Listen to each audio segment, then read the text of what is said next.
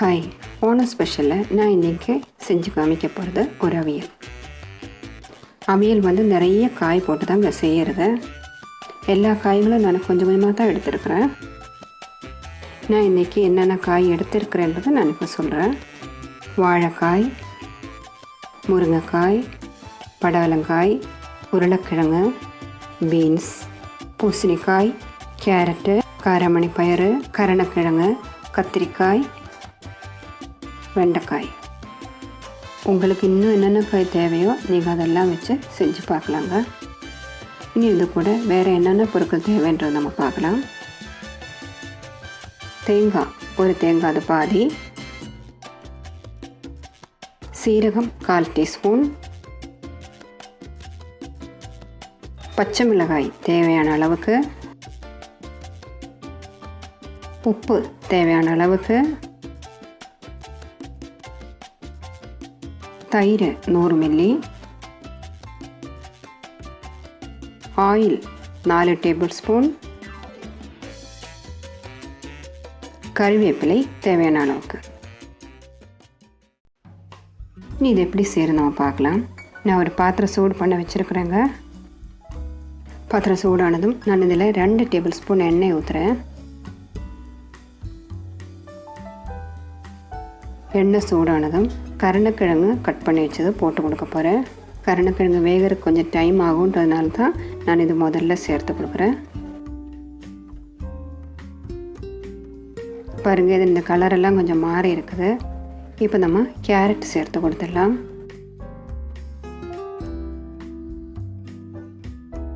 Carrot கொஞ்சம் நல்லா வதங்கந்தும் நம்ம மற்ற காயெல்லாம் சேர்த்துக்கலாம்.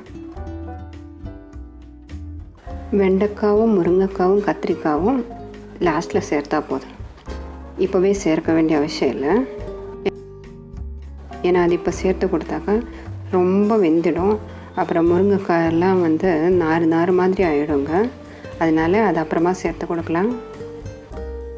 நான் எல்லா காய்களும் ரொம்ப மெலீஸாக கட் பண்ணி வச்சுருக்கிறேன். நான் இதில் தண்ணி ஊற்றுறதில்ல. உங்களுக்கு வேணும்னா தண்ணி தெளித்து வேக வச்சிடலாம் காய்ங்க. தண்ணி ஜாஸ்தி ஊற்றக்கூடாதில்ல. தண்ணி ஊற்றினாக்கா அதனுடைய டேஸ்ட்டே மாறி போயிடுங்க. அது வேறு டேஸ்ட் ஆகிடும். காய்ங்க எல்லாம் சேர்த்து நல்லா மூடி வச்சாலே போதும். அந்த ஸ்டீமில் நல்லா வெந்துடும். இப்போ நான் கொஞ்சம் கருவேப்பிலை சேர்த்து கொடுக்குறேன்.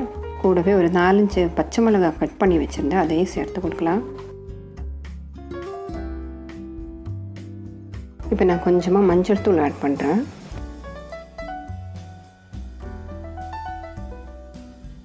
இப்போ எல்லாத்தையும் சேர்த்து நல்லா ஒரு முறை வதக்கிடுங்க. இப்போ நம்ம ஒரு 2 நிமிஷத்துக்கு இது மூடி வச்சு வேக வச்சிடலாம். இப்போ நம்ம திறந்து பார்க்கலாம். காயெல்லாம் ஒரு பாதி அளவுக்கு வெந்துட்டுருக்குது.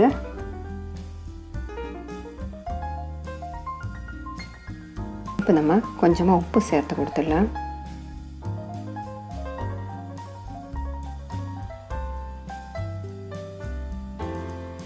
இப்போ நான் எடுத்து வச்சுருந்த முருங்கைக்காவும், கத்திரிக்காவும், வெண்டைக்காவும் சேர்த்து கொடுக்குறேன்.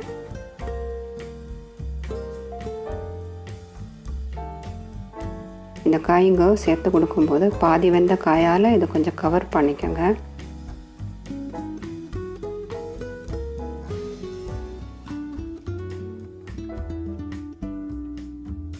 இப்போ நம்ம இன்னும் கொஞ்சம் நேரத்துக்கு மூடி வச்சு வேக வச்சிடலாம்.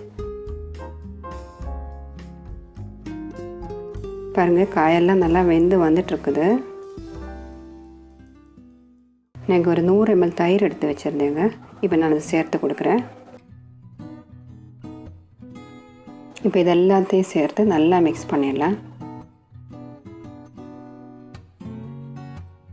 ரொம்ப சீக்கிரமாக செஞ்சிட முடியாது.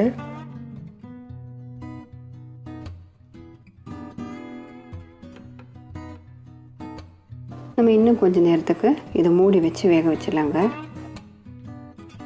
இப்போ நம்ம திறந்து பார்க்கலாம். பாருங்கள், காயெல்லாம் நல்லா வெந்துட்டுருக்குது. இப்போ நான் தேங்காய் அரைச்சி வச்சது சேர்த்து கொடுக்குறேன். நான் இந்த தேங்காயில் கொஞ்சமாக கறிவேப்பிலையும் 2 பச்சை மிளகாவும் 1/4 டீஸ்பூன் சீரகம் சேர்த்து அரைச்சி வச்சுருந்தேன். இப்போ இதில் உப்பு இருக்குதான்னு டேஸ்ட் பண்ணி பார்த்துட்டு தேவைப்பட்டுச்சுன்னா கொஞ்சம் சேர்த்துக்கோங்க. தேங்காய் ஊற்றுனதெல்லாம் கொஞ்சம் நல்லா கொதித்து வெந்துட்டுருக்குது. இப்போ நான் இதில் கொஞ்சமாக கருவேப்பிலை சேர்க்குறேன். கூடவே ஒரு 2 டேபிள் ஸ்பூன் எண்ணெய் கூட சேர்க்குறேங்க. இதில் தேங்காய் எண்ணெய் ஊற்றினாக்கா இன்னும் டேஸ்ட்டாக இருக்கும்.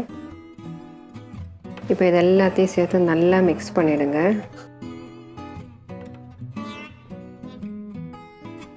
பாருங்கள், இப்போ அவியல் ரெடி ஆகிட்டுருக்குது. நீங்கள் எல்லோரும் இது செஞ்சு பாருங்கள். உங்களுக்கு இந்த வீடியோ பிடிச்சிருந்தா லைக் பண்ணுங்கள், ஷேர் பண்ணுங்கள், சப்ஸ்கிரைப் பண்ணுங்கள்.